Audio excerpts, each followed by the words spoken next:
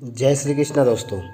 आज हम एक महाभारत से जुड़ी हुई एक सत्य घटना आप सबके साथ साझा करने आ रहे हैं कि किस प्रकार से श्री कृष्ण जी ने दो भाई युधिष्ठिर और अर्जुन को एक दूसरे की जान लेने से बचाया था।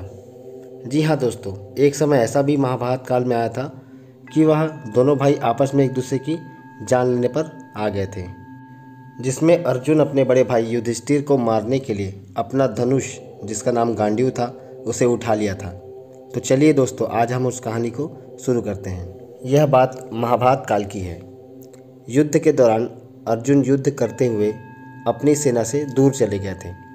कौरवों की सेना युद्ध में अर्जुन को अपने स्थल पर ना पाकर एक योजना बनाई और उन्होंने युधिष्ठिर को बंदी बनाने का एक योजना तैयार किया।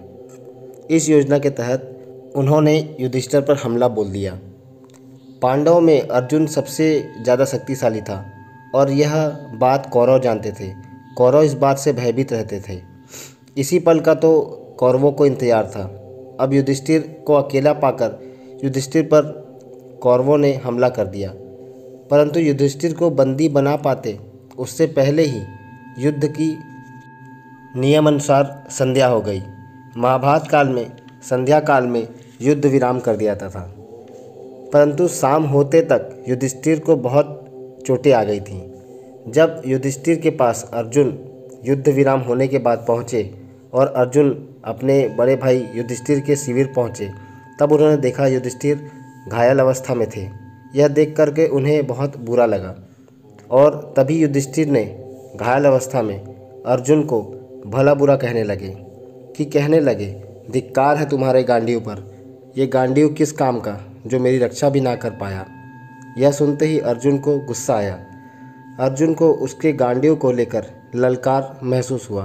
गांडीव को जिसने ललकार दिया है उसको गांडीव से उन्होंने मृत्यु का स्वाद चखाया है।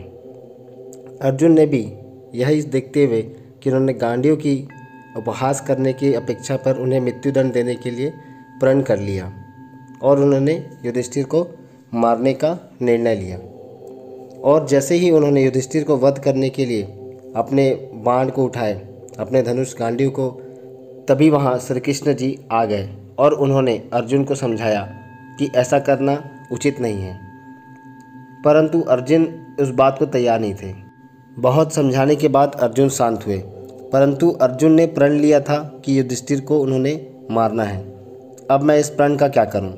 तब श्री कृष्ण जी अर्जुन को युधिष्ठिर जी का अपमान करने का सलाह दिया और उन्होंने बोला कि आप युधिष्ठिर का अपमान कीजिए, क्योंकि अपमान ही मृत्यु समान होती है। ऐसा करके आप अपने प्रण को पूरा कर सकते हैं और अपने प्रण की लाज रख सकते हैं। अर्जुन ने ऐसा ही किया, परंतु बाद में अर्जुन को बड़े भाई के अपमान करने की ग्लानि महसूस हुई और यह ग्लानि के चलते उन्होंने खुद को समाप्त करने का निर्णय लिया। तभी श्री कृष्ण भगवान ने उन्हें कहा कि तुम स्वयं को समाप्त करने से ज़्यादा बेहतर है तुम अपनी स्वयं की बड़ाई करो, अपनी खुद की बढ़ चढ़ कर तारीफ करो। ऐसा करने से तुम खुद को समाप्त कर दोगे। इस प्रकार अर्जुन ने श्री कृष्ण भगवान की बात मानकर अपनी खुद की बड़ाई करना शुरू किया और उन्होंने अपने और अपने बड़े भाई दोनों के प्राण को बचाए। यह सब श्री कृष्ण भगवान की बुद्धि, क्षमता और चालाकियों का ही नतीजा है कि दोनों भाई जीवित रहते हुए वह प्रण भी पूरा हुआ और उन्होंने अपने आप को बचा भी लिया।